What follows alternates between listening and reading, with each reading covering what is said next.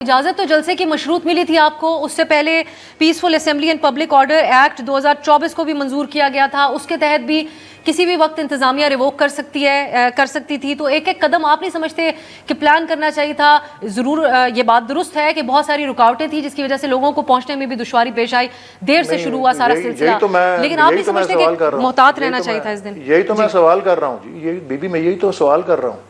آپ نے وہ ایف آئی آر پڑھ کے بتائیں اور آپ نے تبصرہ کیا ہے، میں نے تو نہیں کیا نا.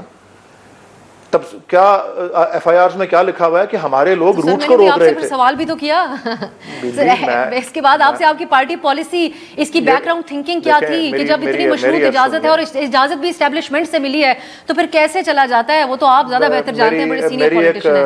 میری عرض سنیں، آپ نے مجھے بطور مہمان بلایا، اگر آپ نہیں بولتے رہنا تو میں میزبان بن جاتا ہوں، آپ مہمان بن جائیں. نہیں، ہاں مجھ سے یہ جواباً سوال کر رہے تھے، میں نے تبصرہ نہیں پیش کیا، میں نے تفصیل بتائی ہے ایف آئی آر کی. آپ نے تبصرہ پیش کیا یہ کہ ایف آئی آر کی تفصیل،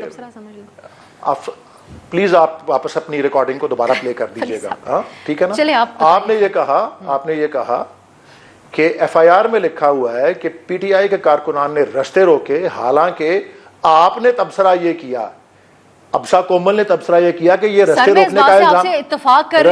روکنے کا الزام تو انتظامیہ پہ لگا ہوا تھا نا.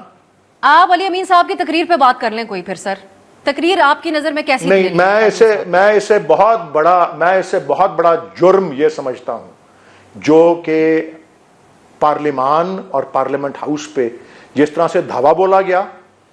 کہتے ہیں نا اداروں کے خلاف بات، دیکھیں آئین کے ذریعے ادارے جنم لیتے ہیں، پارلیمان آئین کے جنم لیا ہوا ادارہ ہے، ٹھیک ہے نا جی. اس کے بعد شاید اس گورنمنٹ کے بس میں ہو تو برابر میں سپریم کورٹ ہے، وہاں پہ بھی پولیس جائے گی اور کسی سپریم کورٹ کے جج کو اریسٹ کر لے گی. آگے تھوڑا سا آگے جا کے اسلام آباد ہائی کورٹ ہے، وہاں جا کے اسلام آباد ہائی کورٹ کے کسی جج کو اریسٹ کر لے گی. پھر تھوڑا سا ہی آگے پنڈی چلے جائیں گے، لاہور ہائی کورٹ کا پنڈی بینچ ہے، ادھر ججز کو اریسٹ کر لیں گے. پھر لاہور آ کے لاہور ہائی کورٹ کے ججز کو اریسٹ کر لیں گے، پشاور جا کے پشاور ہائی کورٹ کے ججز کو اریسٹ کر لیں گے. اور نعوذ باللہ کوئی جرت کر دے، پھر پولیس چلی جائے گی، کسی میجر کرنل کو، کسی بریگیڈیئر کو اریسٹ کر لے گی. یہ بھی ہو جائے گا یہاں پہ؟